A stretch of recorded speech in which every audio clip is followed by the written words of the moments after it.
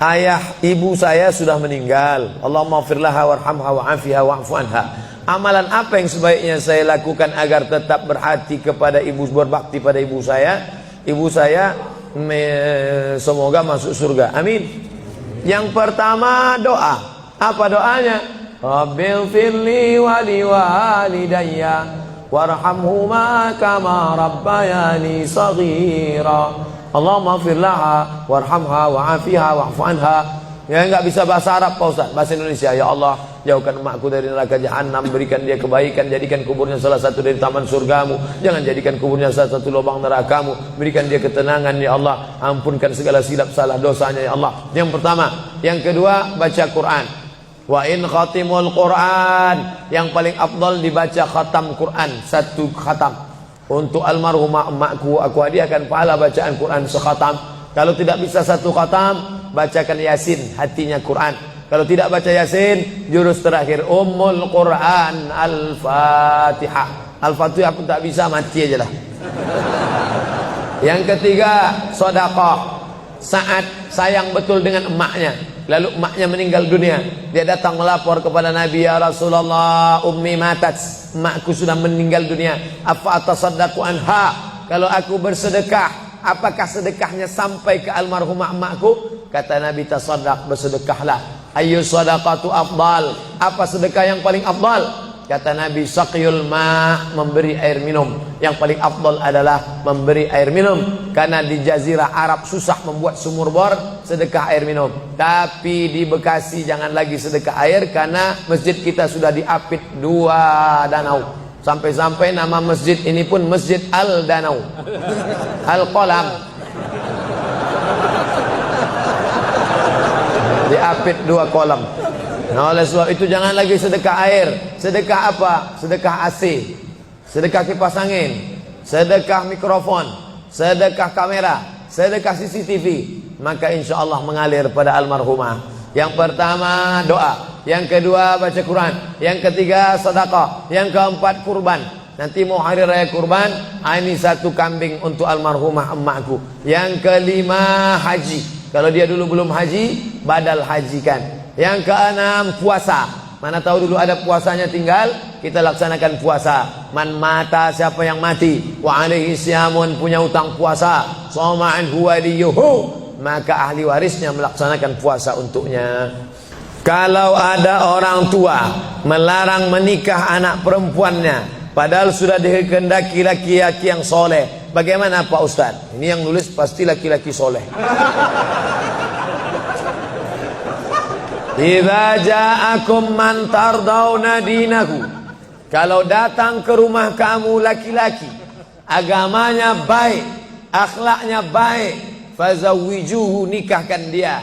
Kalau tidak kamu nikahkan, takun fitnatun fil ardi, akan terjadi fitnah yang besar, wa fasadun arid, kerusakan yang sangat luas. Apa dia? Kalau nikah mahal, maka zina murah.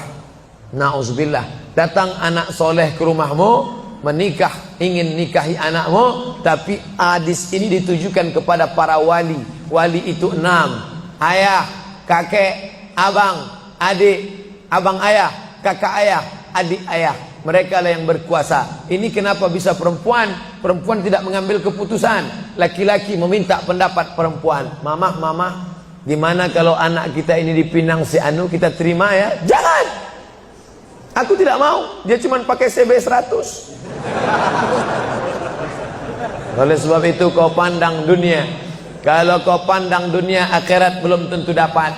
Tapi kalau kau pandang akhirat, maka dunia akan bersimpuh di bawah tapak kakimu. Berapa banyak dulu laki-laki menikah susah. Ustadz Somad, kami dulu pertama menikah susah, makan sekali sehari, tempatnya pun tak ada. Ketika kami itu numpang, kalau kami bertamu ke rumah orang, orang tidak buka pintu karena dianggapnya kami akan minjam beras. Tapi hari ini luar biasa, punya hotel, perusahaan, karir, megah, mewah. Yang dulu sepele, jangan pernah menyepelekan orang, karena yang memberikan rezeki Allah. Innama amruhu iza arada syai'an ayakula lahu kun. Bagaimana kalau suami istri kerja, anak-anaknya dititipkan ke orang tua? Apakah suami istri ini zalim? Ya, zalim. Berapa kali ibu kita itu tidak jadi sholat duha dulu. 30 tahun yang lalu, mak, kau tak jadi sholat duha gara-gara aku kencing di kainmu. Kau tak jadi tahajud malam karena aku menangis. Coba ibu bapak pulang ke rumah, kalau emaknya masih hidup, tanya berapa bulan aku nangis dulu. Ustaz sudah nanya, udah saya tanya emak saya.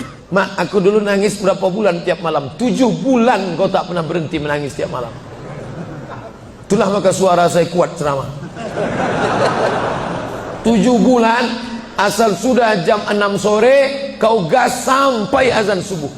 Ganti-gantian kami mengendong gitu. Jadi kita ini mesti kita tanya itu. Sekarang setelah anak kita besar, anak kita pula kita titipkan ke dia. Dia tidak pernah menolak cucu karena tidak ada nenek tak sayang pada cucu. Kita yang berpikir kapan kita bahagiakan dia. Belikan kain, buatkan baju yang dia suka, apa yang dia senangi, berikan makanan. Mereka tidak minta banyak, yang mereka minta adalah kebahagiaan, kesenangan di hari tuanya. Itu saja. Jangan sampai kita menyesal setelah dia mati meninggal dunia, barulah menyesal. Berapa banyak WhatsApp masuk pesan ke saya, Ustaz, dulu saya cuek, saya tidak merasa perlu. Setelah dia meninggal barulah saya merasa anak durhaka, Pak Ustaz. Enggak saya balas WA-nya. Saya seorang kepala rumah tangga, tinggal di rumah milik mertua. Sebagai kepala rumah tangga, apakah saya belum menunaikan kewajiban sebagai suami untuk membeli rumah tinggal buat keluarga? Ada ideal, ada darurat. Idealnya kau punya rumah, karena kewajibanmu hai kepala rumah tangga laki-laki ada 5. Kasih makan, kasih pakaian, kasih tempat tinggal, kasih pendidikan, kasih perhatian. Itulah kewajibanmu sebagai laki-laki. Beri makan, beri pakaian, beri tempat tinggal, beri pendidikan, beri perhatian anak dan istrimu. Tapi kalau kau tidak bisa, maka mertuamu baik, maka tinggallah di sana. Ya tidak apa-apa. Cuman kita tahu bagaimana bersikap sebagai seorang menantu, bagaimana dengan saudara-saudara ipar, bagaimana dengan mertua. Nah ini, kebetulan mertuanya baik. Alhamdulillah, bersyukurlah bapak-bapak yang dapat mertua baik. Persiapan apa yang diperlukan dalam memasuki umur 40 tahun? Enggak ada nunggu 40. Karena malaikat datang tak nunggu 40. Anak muda hafal 29 juz, tinggal 1 juz lagi, mandi di sungai terpeleset batu mati. Anak muda. Orang tua sudah 70 tahun diponis dokter mati. Saya sudah diponis dokter katanya 3 bulan Pak Ustaz. Sudah berapa bulan Pak? Udah tahun setengah, enggak mati-mati. Jangan terlalu yakin dan percaya kepada kata manusia. Tapi saya tetap berobat ke dokter, saya tetap berobat ke rumah sakit. Tapi masalah keimanan, maka itu yang di atas. Innama amruhu idza arada syai'an ayyakula lahu kun. Kalau sudah berumur 40, hati tak juga terbuka, tak juga tobat, tak juga insaf, na'udzubillah, dikhawatirkan tertutup pintu hati. Musibah bukan sakit, musibah bukan miskin, musibah tertutup pintu hati. Khatamallahu ala qulubihim wa ala sam'ihim wa ala absarihim. Makin tua makin menjadi-jadi, tak salat, tak puasa, tak berzakat, akhirnya mati dalam keadaan sakau, mati dalam keadaan dilokalisasi. Sudah jelas umur 70 tahun, tetap juga mau berzina, nafsu ada, tenaga tak ada, dimakan Viagra 1 botol. Sama macam kap 70 diisi minyak pesawat, meletup, bam.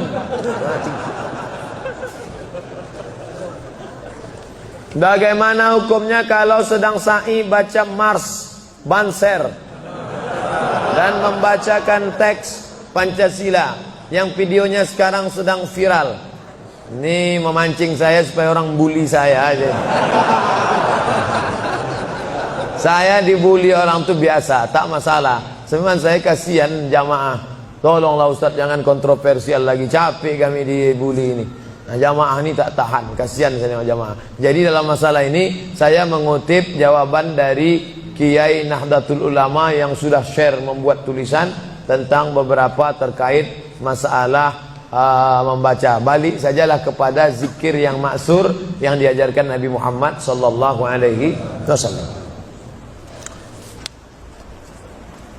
Mau nanya Pak Ustaz, kita hidup untuk apa dan mati untuk siapa? Itulah yang sudah dibahas tadi.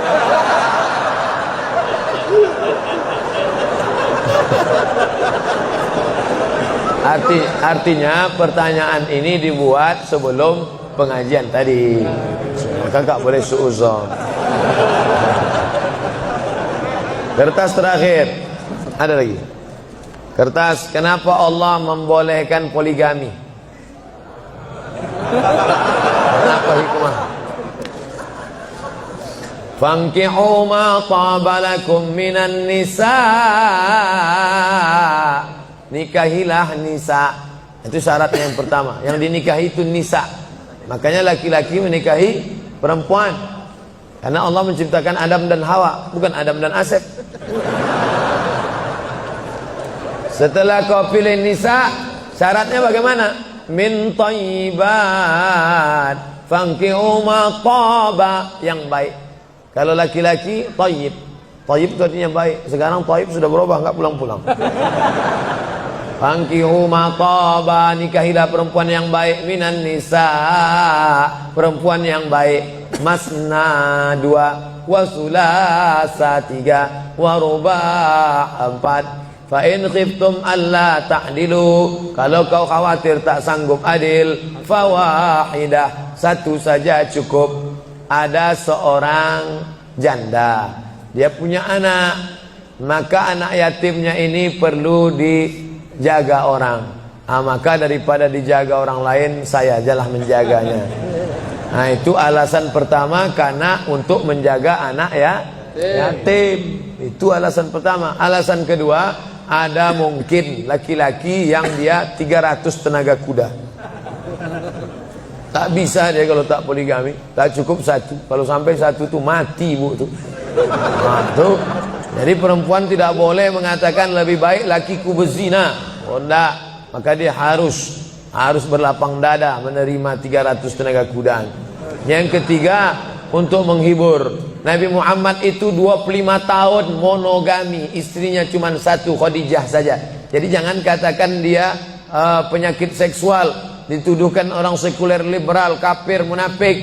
Nabi Muhammad itu 25 tahun dalam keadaan lajang, tidak pernah berzina. Mereka menggelar dia Al-Amin. 25 tahun dalam keadaan istri satu, Khadijah. Setelah 50 tahun barulah dia menikahi beberapa perempuan dengan alasan karena suaminya mati perang. Kalau dia dalam keadaan terluka, dengan alasan karena untuk mendekatkan hubungan dakwah kesukuan. Kalau dinikahi anaknya, maka suku itu akan menjadi tunduk, dengan alasan banyak. Nah, itu jadi bukan hawa nafsu, karena 50 tahun dia mampu mengontrol hawa nafsunya. Di akhir hayatnya, ini adalah ujian bagi umat Nabi Muhammad sallallahu alaihi wasallam. Jadi simpelnya, kalau kita naik pesawat, kata pramugari, ada pintu normal sebelah kanan. Ladies and gentlemen, all of our passenger, seluruh penumpang, sebelah kanan pintu naik dan turun. Tapi bila terjadi pesawat meledak, atau masuk jurang, atau meletup, ini emergency door. Ini boleh dibuka. Nah, jadi kalau mau buka itu, bukalah.